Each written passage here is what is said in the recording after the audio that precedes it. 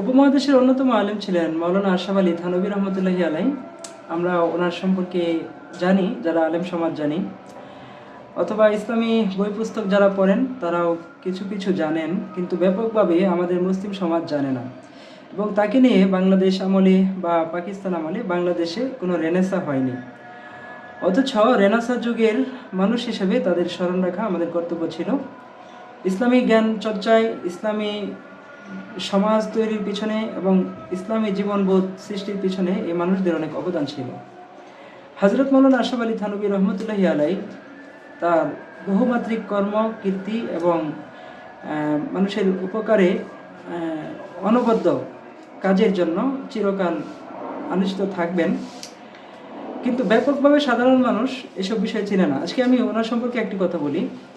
আমরা নারী মুক্তির অগ্রদূত হিসেবে চিন্তা করি বেগম রোকেয়াকে।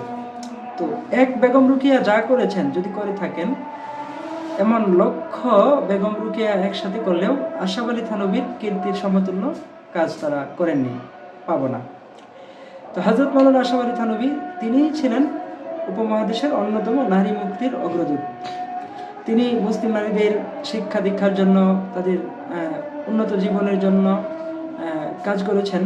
নারী অধিকার এবং মর্যাদা ফিরে পাওয়ার জন্য তিনি তার যে চ্যানেল ছিল, তার মুরিদ, খলিফা এবং মহল, তার মাধ্যমে তিনি এ বিষয়ে সোচ্চার ছিলেন। নারীদের বিষয়ে তিনি অনেকগুলো কিতাব লিখেছেন, তাদের সুন্দর শিক্ষার জন্য, তাদের তালিমের জন্য, শিক্ষার জন্য। তেমনি নারীদের মাস্তামাসাইল থেকে নিয়ে আকীদা, ঈমান এবং ঘরোয়া জীবন কিভাবে যাপন করবে, এমনকি সাবান কিভাবে বানাবে, সমস্ত কাজকর্মের বিবরণ সম্বলিত একটি কিতাব তিনি লিখেছেন, যেটা বেশ পরিচিত ছিল উপমহাদেশে।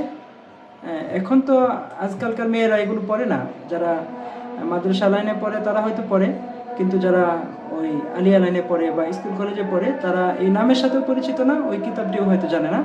ওই কিতাবের নাম হলো বেহেশতি জেওর।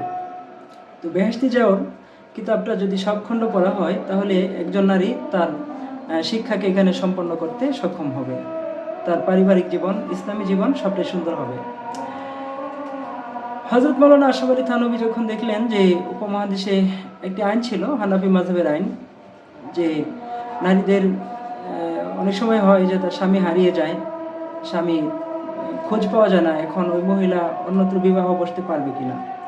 তো এই মাসালাটাকেও সম্পাদনার জন্য, তাহকিক করার জন্য উনি যে মানহাজ আর নীতি অনুসরণ করেছেন তা অসাধারণ।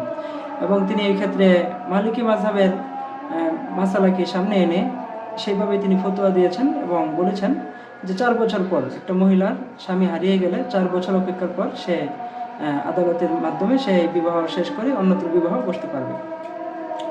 তো তার এই গবেষণা এবং এই ফতোয়ার নাম হলো আল হাইলাতুন নাজিজা।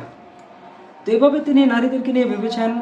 বেগম রোকেয়ার আগেও তিনি অনেক কাজ করেছেন, কিন্তু সেই সব কাজ সম্পর্কে আমরা অবহিত না।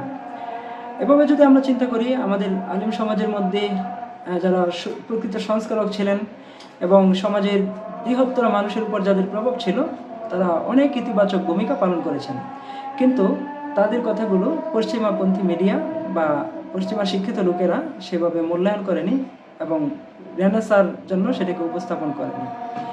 তো আমরা আশা করব, আমরা যারা ইসলামী সমাজের লোক, অবশ্যই এখানে একটা দ্বন্দ্ব হচ্ছে উপনিবেশ আমল থেকেই, যে পাশ্চাত্য আর প্রাচ্য।